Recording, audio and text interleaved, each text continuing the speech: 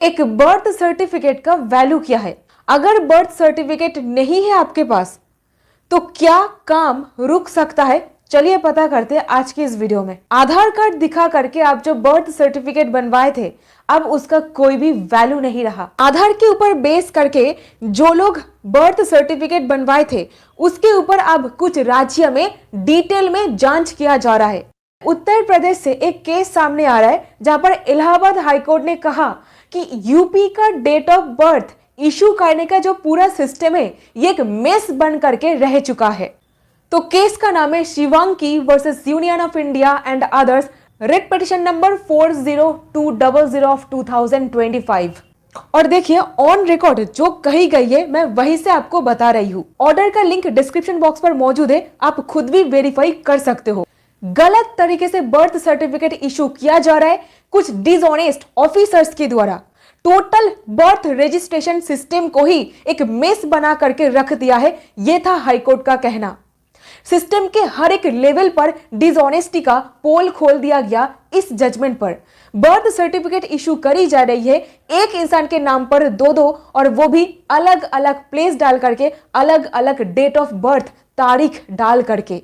UP health department के द्वारा जो बर्थ सर्टिफिकेट इशू किया जा रहा है, ये एब्सोल्युटली एक मेस बन करके रह चुका है।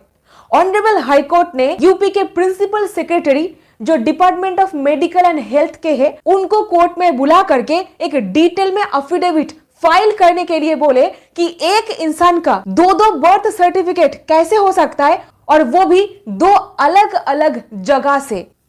ऐसा सिचुएशन बन करके रह चुका है आज बर्थ सर्टिफिकेट के मामले में भारत में। तो यहीं पर एक पिटिशनर के पास दो अलग अलग बर्थ सर्टिफिकेट पाए गए। यूपी के इस पर्टिकुलर जगह से इशू करी गई थी।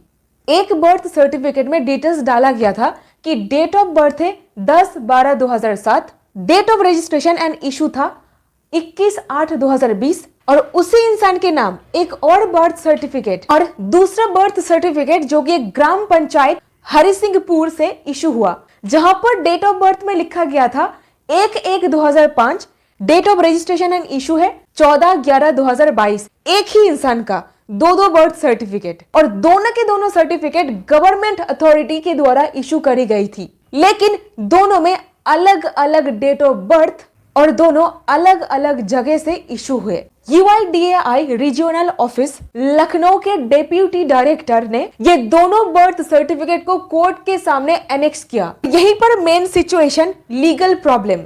एक ही आदमी के पास दो वैलिड दिखने वाले बर्थ सर्टिफिकेट्स और दोनों में अलग DOB, और इसी ऊपर बेस करके दो सीरियस सवाल उठाए गए। नंबर 1, क्या ऑफिशियल रिकॉर्ड मैनिपुलेट किया जा सकता है? क्या लोग अपनी मर्जी से DOB चेंज कर सकते हैं? देखिए, बर्थ सर्टिफिकेट एक बहुत ही स्ट्रॉन्ग लीगल प्रूफ होता है जो काम में लगता है स्कूल एडमिशन में, जॉब्स में, गवर्नमेंट बेनिफिट्स में, यहां तक कि क्रिमिनल केसेस में भी। इस केस ने दिखा दिया कि बर्थ रजिस्ट्रेशन सिस्टम में बड़ी गड़बड़ है। यहीं पर इलाहाबाद हाईकोर्ट की ऑब्जर्वेशन, इलाहाबाद हाईकोर्ट के डिवीजन बेंच काफी सख्त रिमार्क्स किए। प्राइमा फेसी यानी कि प्रथम दृष्टया ये पूरा सिस्टम का मेस लगता है। कोर्ट के मुताबिक कोई भी व्यक्ति किसी भी टाइम किसी भी जगह से अपनी मर्जी का डेट ऑफ बर्थ सर्टिफिकेट बनवा सकता है। कोर्ट ने यह भी ऑब्जर्व किया कि सिस्टम के कई लेवल्स में डिसऑनेस्टी है। इतना इंपॉर्टेंट डॉक्यूमेंट बनाना बहुत ही आसान हो गया है, और यहीं पर कोर्ट ने वार्न किया ऐसे डॉक्यूमेंट्स को क्रिमिनल प्रोसिक्यूशन में भी एविडेंस माना जाता है। यहीं पर ऑनरेबल हाई कोर्ट का डायरेक्शन आया। कोर्ट ने principal secretary department of medical and health को ऑर्डर दिया एक डिटेल अफिडेविट फाइल करे, ये व्याख्या करके दो बर्थ सर्टिफिकेट कैसे इशू हो गया, वो भी एक ही आदमी के नाम पर, और तो और डिपार्टमेंट के अंदर क्या हालचाल चल रहा है। कोर्ट ने कहा अगर सिस्टम ब्रोकन है तुरंत कौन से स्टेप्स लिए जाएंगे। फाइनल उद्देश्य यही है फ्यूचर में एक व्यक्ति के लिए एक ही बर्थ सर्टिफिकेट इशू हो। तो सिंपल भाषा में हम लोग यही समझ सकते हैं, एक लाइन में ऑनरेबल हाईकोर्ट ने बर्थ सर्टिफिकेट सिस्टम की पोल खोल दी और टॉप लेवल ऑफिसर से अकाउंटेबिलिटी मांगी।